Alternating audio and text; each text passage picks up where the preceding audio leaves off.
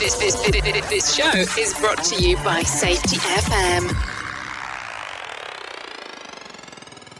During the last 18 months, I've been acting as a project architect for developing a learning teams framework across a diverse group of organisations involved in the maritime sector.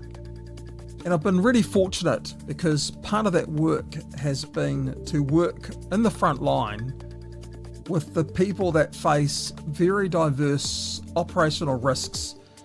And the fact is, they are successful in the work they do every day. And I wanted to share with you some of the ways that we've been using learning teams in that project so far. So one of the ways was fortnightly engagements with workers who are engaged in high-risk operation to evaluate the effectiveness of those controls for the changing environments they work in. Engaging with workers on learnings from customer aggression events. Engaging with multiple organisations who form a supply chain or a contract chain on how to better communicate, cooperate and collaborate on health and safety matters.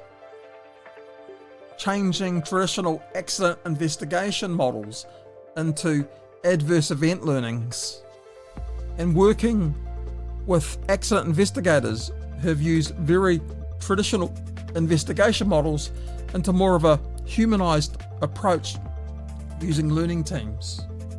And something that's really been exciting is the development of a single sheet of paper, a storyboard, rather than a multi-page or in many cases a large volume of pages that make up an accident investigation report, so that learnings from events can be communicated between organisations and potential similarities can be identified in order for those parts of the organisations to learn and improve. And through this project, there have been some very interesting emerging themes.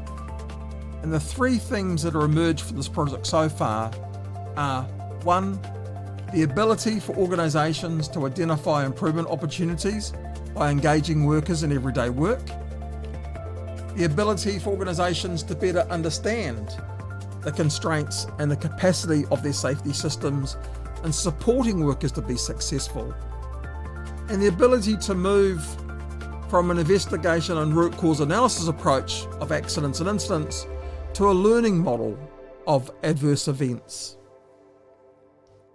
On today's podcast, I wanted to do a little bit deeper about the investigation approach. And on this project, we have observed that the system methodology model or approach to managing unwanted events forms a bias which drives the intent and outcome of the investigation. In our observation, a root cause analysis or an investigative approach places the worker at the centre of the process and then moves out to the system to find the root cause. This focus on the individual adds the emotional toll which workers report when participating in this type of investigation. When we think about work as imagined versus work as done, the classic investigative approach believes that work as imagined must be right, and therefore the gap between work as imagined and work as done is a variation, a non-conformance, a latent failure, or some other variation of human error. This means that we are looking down at the worker through the system lens and placing the worker into a deficit equation. With the learning team approach, the system was placed at the centre of the process. Work as imagined is not accepted as being the right or only way. The discussion was not about what went wrong or what went right. We found that by undertaking a facilitated engagement with workers and other stakeholders that were connected to the event, situation or problem, we're able to see the story as each person saw the event or their knowledge of a situation or problem, the story of normal everyday work and how workers are operating in complex and variable environments.